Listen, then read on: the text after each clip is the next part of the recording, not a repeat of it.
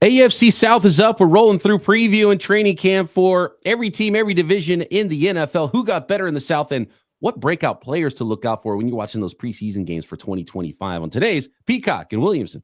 NFL analyst Brian Peacock and former NFL scout Matt Williamson bring you expert NFL analysis every day in less than 30 minutes. Get an inside look at the NFL on the field and in the front office with elite breakdowns to next-level analysis and in-depth information only for the real NFL fans. This is Peacock and Williamson, and it starts now.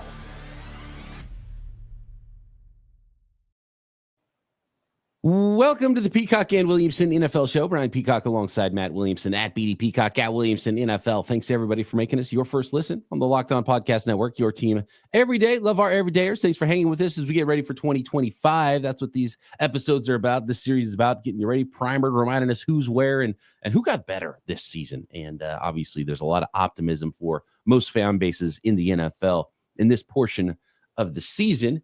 And if you're new to the program, welcome. Make sure you tell a friend and hang out with us for a while. Subscribe on YouTube and anywhere you get your podcast. Get involved in this week's mailbag as well on the YouTube comments or at BD Peacock at Williamson NFL. Today's episode of Peacock and Williamson is brought to you by Gametime. Download the Gametime app, create an account, and use code LOCKEDONNFL for $20 off your first purchase. We got to start at the top, as we have been throughout this series of previewing teams and getting ready for 2025, and it is the AFC South, and it was won by the Houston Texans in 2024 with a 10-7 record. It's the only team that was above board, above 500 on the 2024 season, followed by the Colts, the Jaguars, and the Titans. But let's start with the Houston Texans, Matt. Did they get better? Because they're a team that I think we're both pretty high on, and already division champs. I think I'd probably push most of my chips in for them to repeat as division champs this year and potentially go even a little further than they did last year. I adore this team. Almost. Ooh. I think the defense is top-notch. Niner-like, fly around, edge rushers. There's a lot of defensive backs I'm really high on. I think there's defensive depth. I love the mentality they play with. I think they're super well coached on defense. If we were to do defensive rankings 1 to 32 for this season, they're in the top 5. You know what I mean? I think it's a really, really good group.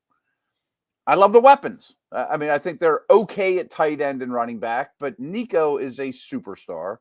I love both the Iowa State guys they drafted, and Christian Kirk they got for nothing. I love the quarterback. I think he's easily a top 10 guy. Last year didn't go a positive way. I mean, it didn't take a step forward, but I have so few doubts about Stroud. You see where I'm going with this, though? This O-line, you get rid of Mason, you get rid of Tunsil, and the O-line was a disaster last year. Couldn't pick up stunts, couldn't pick up blitzes, consistently put the team backwards, tons of penalties. And the offensive coordinator paid for it, and they made wholesale changes. I think that's a pretty gutsy move. Not that the coordinator change surprises me or shouldn't have happened, because I think a lot of it was coaching.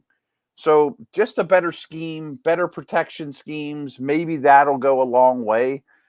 But I pulled up their depth chart, and to their credit, they go too deep on the O-line. They got 10 guys that might help. I just don't know if I trust any of them. I mean, these are the names. Trent Brown and Blake Fisher at right tackle. Cam Robinson and the rookie Ursery at left tackle. And a lot of these guys do some position flexibility. Jarrett Patterson at center. Laken Tomlinson. Titus Howard, guards. Ed Ingram, guard. Howard could also play tackle. Juice Scruggs is either a center or a guard. So that's a lot of names, and I love that approach with O-line because no one has O-line depth. I just don't know if any of those 10 guys are good. A couple thoughts on the offensive line specifically. And I don't think that it was so bad that I don't think that you're going to be worse there. So did they get better? I think it's possible that they did, and they're going to be betting on some youth there on the offensive line. But don't forget, this team was within a score of the Kansas City Chiefs in the second round. This is the division round of the playoffs too. So, they were a score away from against the eventual Super Bowl team for the AFC of being in the conference championship. So this team is already close, and I think they're they weren't even playing at an optimal level last year. And when you look at the offensive line, which is clearly it's been an issue for a while, and they've spent draft picks and high draft picks, and some of those have worked out and some of them have not. The reason I have a little bit of optimism here with the Houston Texans in the offensive line in 2025 is I like the combination of you go veteran Cam Robinson, who can start some games for you, and then you draft an offensive tackle with physical ability in Ariante Ursery. So I like the old young combination. If you're trying to fix a position, get someone who can play now, someone who can play later. And they hope Ursery probably takes that job at some point and proves he's better than Cam Robinson at some point. And then I love that they don't have to throw Ursery in day one, because that could go bad. And it's not like it's a 5th round pick that they're like hoping for. It's like he's got some physical ability. Guys had 1st round grades on him, right? And so there's enough hope that you're going to be okay at left tackle for the short and long term. And then Blake Fisher is probably the biggest key on the whole thing, because the 2nd rounder from last year he is starting right tackle for you in the NFL. Trent Brown is around still, so old and young. You've got Brown stays healthy, you're in good shape. He just never ever does. Yeah, he's a tough point in his career as well. Titus Howard, one of those early picks that it's like, okay. Jake Andrews at center, Laken Tomlinson, again, a veteran player. Juice Scruggs is there behind him. So Jarrett Patterson at center. They've addressed it, and as long as they've got a good O-line coach, we've talked about this a lot, and this is one of those situations. You got a good coordinator, good offensive line coach. You just need a solid 5-man unit. You don't need superstars everywhere. Can they play together as a unit? And I think they'll be fine. And they went to the division round last year with the bad offensive line, a banged up offensive line. And I think they could potentially be better than it looking into the future. Do they have their bookends, which is a huge one there? And to go with the quarterback, and even I'm not as high on Nico Collins as you are. Not that I don't think Nico Collins is good. I just think he's helped a lot by his quarterback. What did Nico Collins do without CJ Stroud in his career? He was a good player, but I think Stroud can maybe make some stars there at wide receiver too, which makes me excited about the rest of the group too. When you talk about Jaden Higgins, who gets added to it, Christian Kirk now, Jalen Noel. So there's some talent there. I like that they're going to be able to put up points. I think you'll be able to run the ball as long as the offensive line is good. You got Mixon and Chubb brought in there, and a lot of power in the backfield. And obviously the defense is what's going to carry this whole thing. So if you got a good coaching staff and you got a great defense, which they could be the number 1 defense in the NFL this year, I like the talent at every level. They've got edge rushers. They've got linebackers. They've got guys that can cover. I mean, I love their secondary. They've got guys that can cover in the nickel. They got guys who can cover deep. They've got safeties that can come down and cover you. Derek Stingley, Kalen Bullock, CJ Gardner-Johnson, Kamari Lassiter, and Jalen Petrie, who's just a matchup player. Jimmy Ward as well there, who can play just about any position. So a really interesting team. You can match up in the slot with just about everybody that wants to feature that part of the defense or part of the offense against teams' defenses. They're not weak there. And so I love that. I love this football team. And I think we're going to see a huge year 3 from CJ Stroud, which is the biggest key here, which means, he talks about the Ravens. Can I say Ravens, Texans, AFC Championship game and not have Mahomes and Josh Allen in it? Wow. I don't think that's bonkers. If the O-line, I don't need the O-line to be great. I'm with you at that point. At least they've thrown a lot of things at the problem. So if there's 2 injuries and 2 guys aren't ready and there are no stars, you still may have a 5 that's the 20th best O-line. And I think they can win certainly the division and much more with the 20th best O-line. This kind of goes hand in hand with the O-line. It's one little stat that really stood out to me, and I know Texans fans will be like, oh, yeah, that it's obvious. The only team worse on first down success rate than the Texans are the Browns. They're always in 2nd and long. They're always in 3rd and long. And it's so hard on Stroud. And they're not a terrible running team, but I think they're just maybe a new play caller will go a long way, Yeah. And that's kind of up front too. So you can't run the ball. Yeah. Now your quarterback's in 3rd and long, and now your offensive line is not great at protecting the quarterback in 3rd and long. The defenses are pinning their ears back. So exactly. Offensive line, how that spirals. It is important. And if they have, they might be an injury away from being bad on the offensive line again too. So they're not out of the woods yet there. Can they develop those offensive linemen? They've had some trouble doing that. Can you develop It's those like guys? my only concern Right. with the team. Yeah. But it's a big one. And man, and they're in the AFC, which is so tough.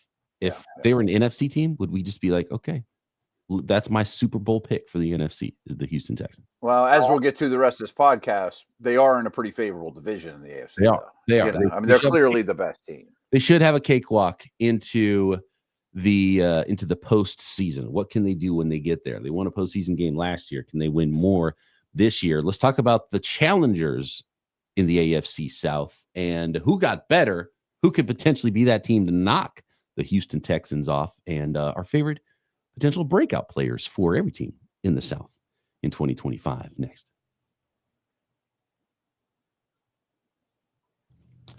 This episode of Peacock and Williamson is brought to you by Gametime and the Gametime app. And if you're a sports fan, you got to have Gametime in your pocket. If you're someone who ever wants to go see a concert or a comedy show, you got to have Gametime in your pocket ready to go, because we've all been there. Logging on early. You're waiting forever for those concert tickets to go on sale, only to lose your spot for a show you've been dying to see. Live music should be about making memories and not dealing with the stress of ticket shopping. And that's where Gametime comes in.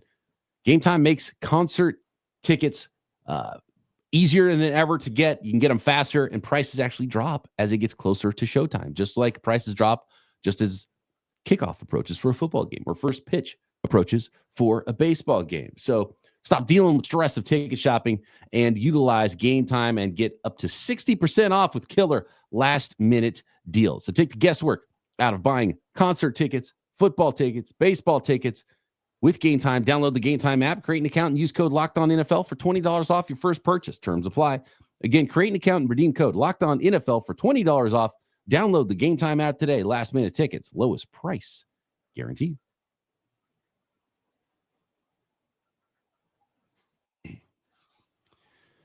So, the Jacksonville Jaguars is the team I think we have to talk about next. Now, they're only a 4-win team. We're skipping over the Indianapolis Colts for a second here if we're going in order, because the Jaguars, to me, are the team that has the somewhat underachieving star, like a star quarterback that hasn't played quite like a star yet. You got a new head coach there. The Colts have some interesting quarterback problems, which is why I skipped over them for a second. I'm going to make this statement because of the talent that we see on the defensive side of the ball. And you kind of look at how the teams are built, and you look at all the things we talked about with the Houston Texans. The Jacksonville Jaguars seem like the team, to me, that should be the ones to make the biggest jump in this division and play to the ability that already exists on the roster and go challenge the Houston Texans. Am I off on that, Matt? No, and I do. Better or worse than last year? I definitely think better. And maybe it's just the grass is greener with a new coach. We've seen that so many times in Jacksonville, and it doesn't get any greener. You know, I mean, like this guy's no better than the last, and this isn't exactly a super winning organization over the years. But I do think bringing in a Bucs offensive coordinator, the Panthers did the same thing, is going to be good for this quarterback, and that's most important. Their O-line worries me a little bit too, but they have some good young players. I mean, you hope Lawrence is one of them, but both those pass catchers to me might rival Chase and Higgins as the best two a year from now. And they got some dudes on defense that are super talented. I mean, they picked high a lot of years in a row. And this is kind of a leap of faith with the coach and the culture, which is an unknown, but I think it improves. And that to me makes them a 8-9 win team, not a team picking 8th or 9th in the draft, you know? Obviously Trevor Lawrence was hurt last year, and they didn't win a lot of games when Mac Jones was in and starting at quarterback. And so just from having the same healthy roster to start the season, you would think that this has to be better than a 4-win team.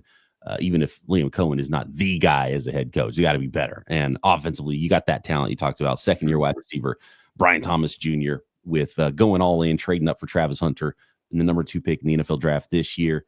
And Travis Etienne with Tank Bigsby. I think it's probably Bigsby 1, Etienne 2. Has that transition already happened? I feel like that's the Tootin's in the mix. Yeah, and Tootin, mid-round, speedy running back that they add to the group. Brenton Strange, a tight end. So let me ask you this then. We talked about the Texans. Do you like the Texans' offensive line, which is a problem? Like the biggest hole in the roster, the biggest problem potentially on the roster. Is that line better? Or what about Walker Little, Ezra Cleveland, Robert Hainsey, Patrick McCarry, and Anton Harrison? I think I'll take the Texans group. Especially because the Texans have more names. Like you start looking, veteran / young player competitions and lineage. Yeah. Like I'm not seeing like Wyatt Milam was the mid-round pick here, guard. He's okay. Come in and be a starter. Like, where's the big upside on this offensive line? So, like, I think I'd take the Texans group. Yeah, maybe I would take the starting 5, but if I had that one room, I would probably take the Texans. A lot of that's because of Ursary. But like Macari, I know is solid. I think the tackles are solid. There's no star power, but it's a concern as well. There's no doubt. Not that it's a terrible group necessarily, but it could be not great. Yeah. Javon Foster, Jonah Monheim, they drafted some mid-round guys and late-round guys to try to compete there and complete the room a little bit. But really, it's not going to be the shining star of this team as the offensive line.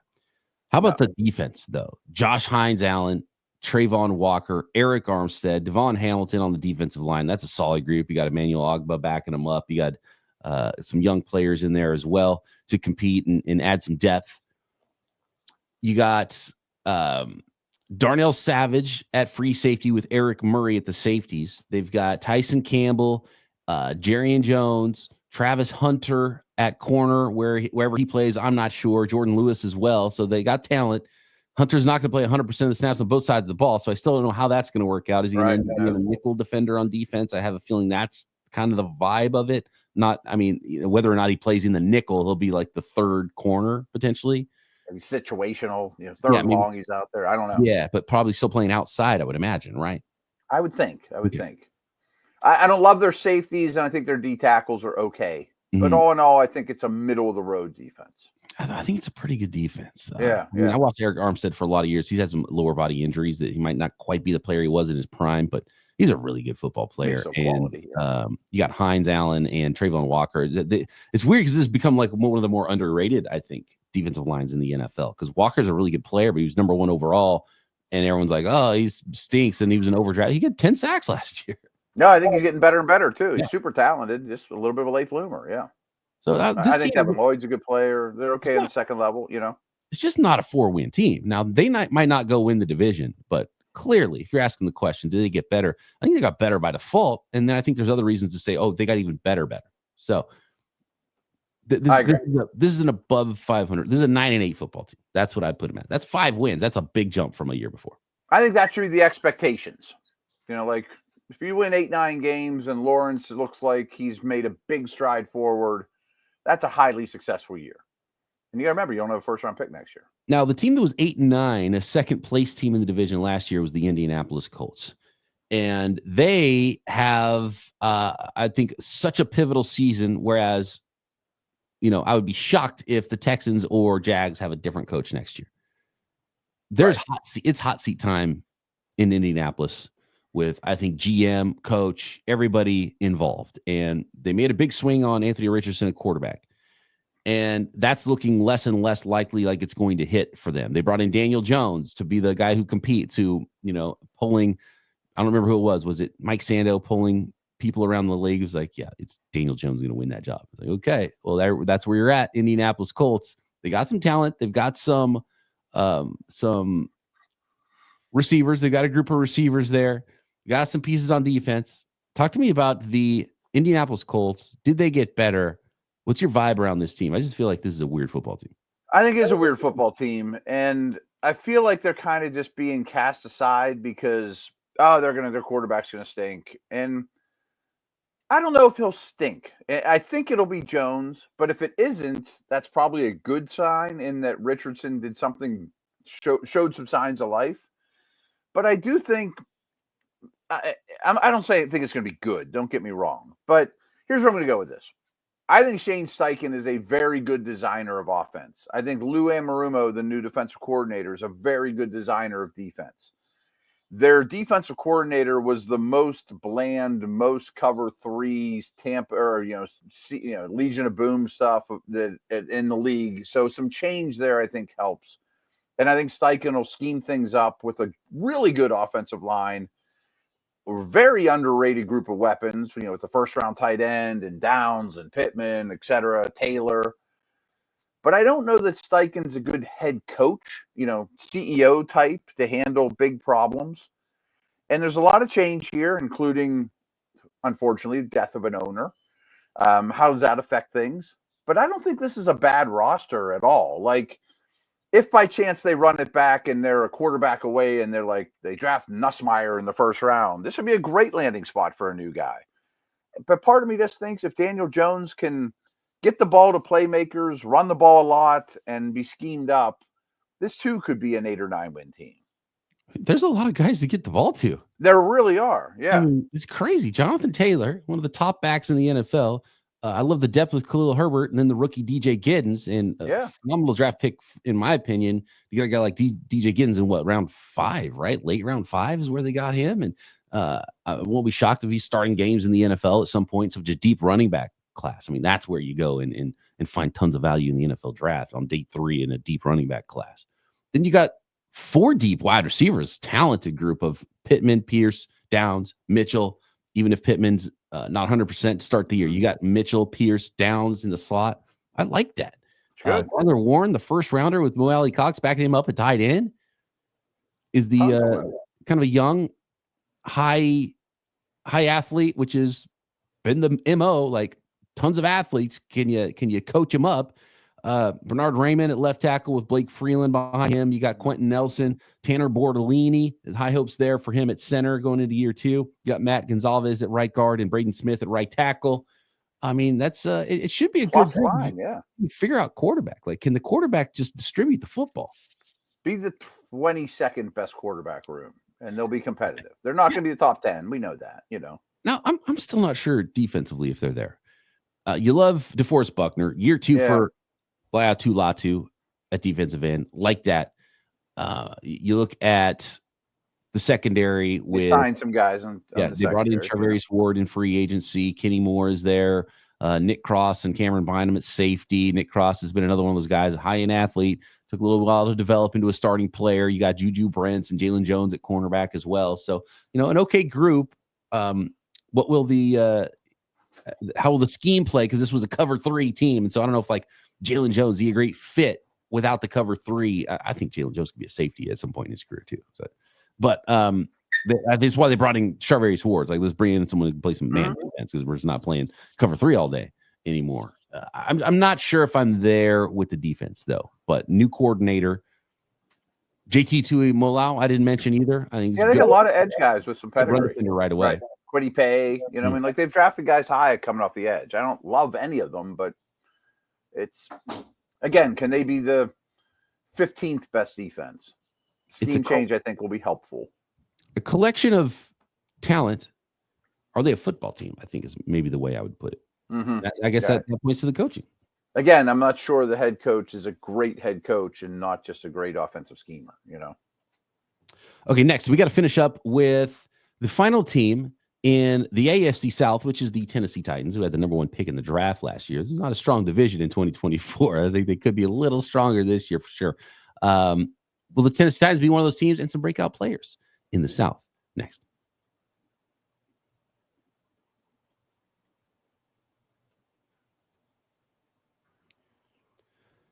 Did the Tennessee Titans, to answer our first question, get better? Yeah, the number 1 overall pick. What do you need from Cam Ward in 2025 for this to be a successful season? Because I think if you're a fan of the Titans, I don't think you're even that worried if you have the number 1 overall pick again next year. Is this group on the hot seat? Oh, I hate it. I hate the draft the quarterback, fire coaches. I know. Thing. That's kind of where I was going with this. That would be a disaster season of, boy, everything falls apart, coaching change. Does the new guy love Cam Ward as much as the old folks? You know what I mean? I'm going to bet that they don't go down that road. I have high hopes for Ward. I think the offense around him and the coaching staff can get this at least 1 step better. And frankly, they earned the first overall pick, so any step is a step better. I'm thinking they're going to have the 8th pick in the draft and take the best receiver coming out type of thing, to kind of complete. Win 5 games with a rookie quarterback? And make him look like he's not terrible? Yeah, and not have the number 1 pick in the draft? Because that's the other problem that and we saw this with the it wasn't the number one overall pick, but we saw this with the Arizona Cardinals a few years ago, right? And they drafted Josh Rosen in top 10, and then they had the number one pick, and they're like, oh, this other quarterback's better. I think we got to take him, right? And you don't want tongue in cheek, I call Arch Manning fast Peyton Manning. If fast Peyton Manning's staring at you, got the number one pick in the draft again, you got to take him potentially. Sure, right? I don't know that Arch Manning is going to be that, but I keep calling him fast Peyton Manning. Fast Eli Manning, you probably got to draft number one overall too, right? So I'm expecting him to be better than that. Yes, be better than that, so you don't have to make that decision. You're drafting a wide receiver instead. That Ward, we're at the point where I'm feeling good about 17 games of Ward, and yes, he doesn't have the best supporting cast, and maybe he only won 5 or 6 games, but I think we have a quarterback, and maybe we overpaid for an O-line, but it's not the worst in the league anymore. And Ridley caught 100 balls, and the running backs were okay, and we need 4 or 5 big things in free agency, but I think we have our quarterback. That's kind of what I'm expecting from this team. I do like that. I mean, I don't love this group of pass catchers necessarily for Cam Ward, but I do like that they brought in a couple of veterans. You got Tyler Lockett, Van Jefferson is there, Calvin Ridley. You have guys that are at least, know how to run a route in the NFL. Traylon Burke, I'm not sure if you can even say that about him at this point in his career. I don't know if he's on your breakouts list here, but Xavier Restrepo might be the number 3 wide receiver when it's all said and done there.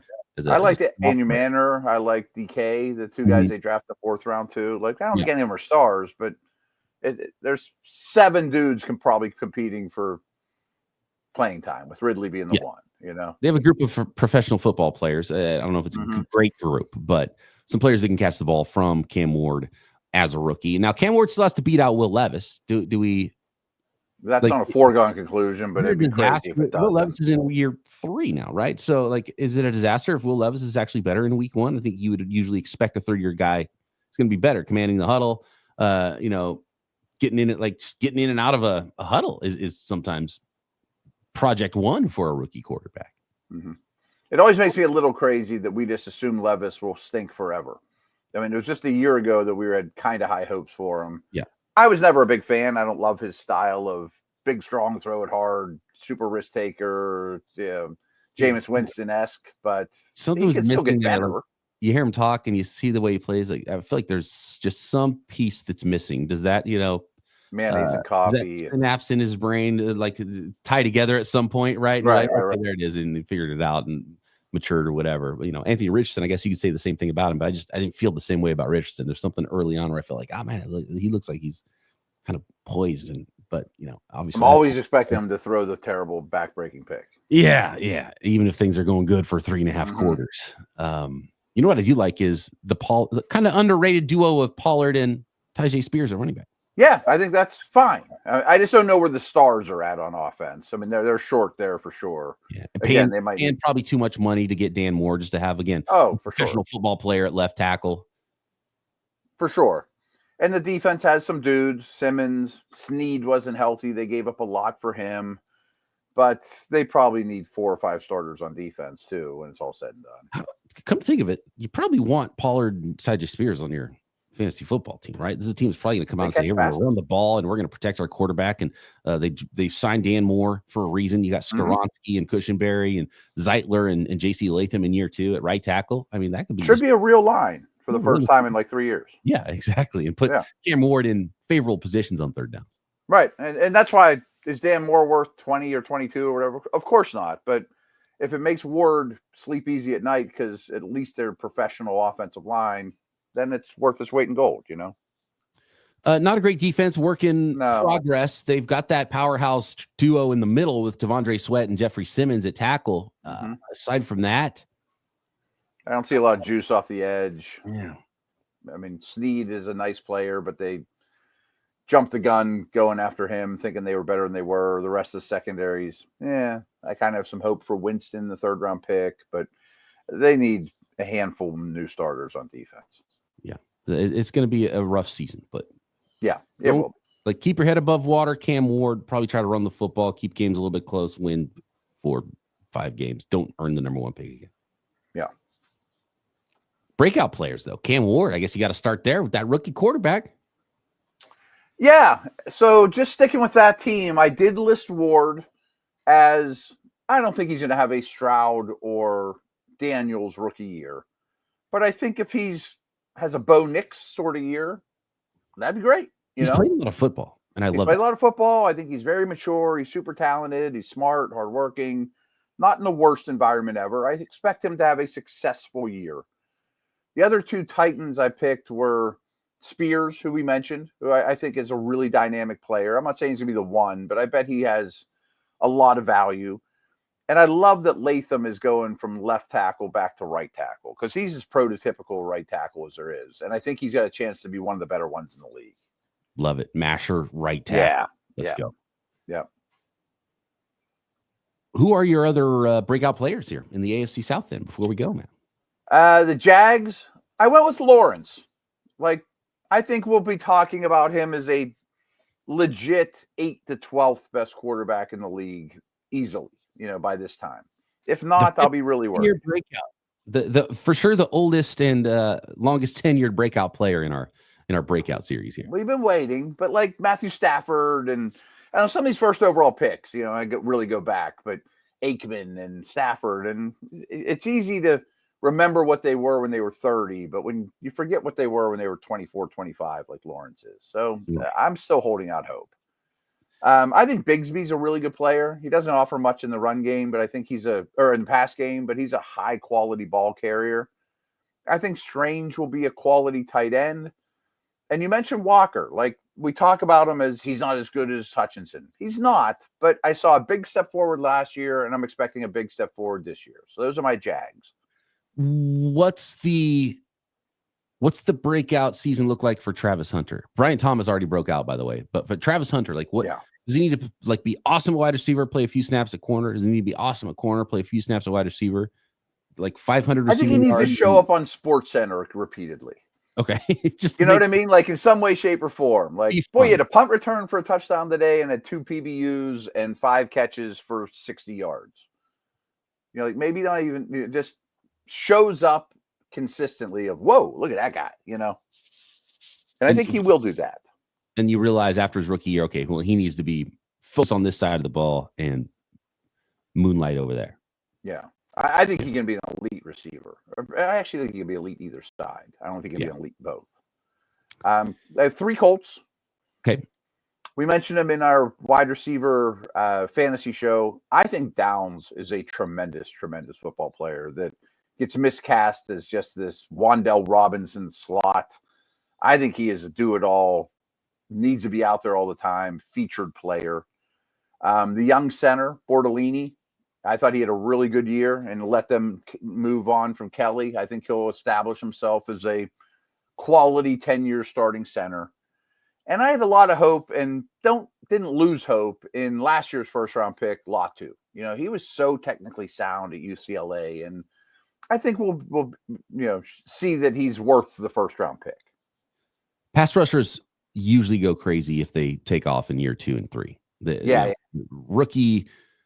Rookie phenoms at an edge position is just there's too. Even if you're coming to the league as a technician, it's still a little bit more difficult. It's rare to have the Boses of the world, but Latu did look like he was going to be one of those technicians. And so if he doesn't hit early this year, you might think maybe he just kind of doesn't have that good, not great sort of a profile. I'll worry if he doesn't get me 8 sacks. You know what I mean? 7, 8 sacks, whatever, something like that. At a Houston Texans have a lot of established players. Any breakouts here that you like? I like those. I love the pair of rookie teammate wide receivers and Jaden Higgins. They were first on my list. Yeah. I don't know if both will have monster seasons, but the combination I think will be hard to play against. They're really different players. Same with last year's rookie defensive backs. Lassiter and Bullock both had really good years.